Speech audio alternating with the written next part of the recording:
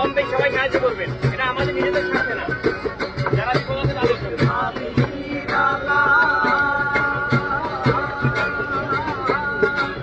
আগে তো জানি না বন্ধের পিড়িতের জ্বালা, বসে আমি নিরালা।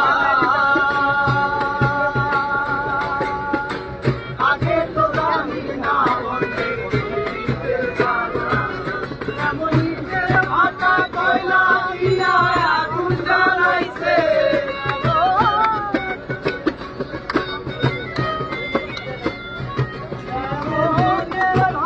কয়লা দিয়া আগুন জ্বালাইছে, দেওয়ানা বানাইছে।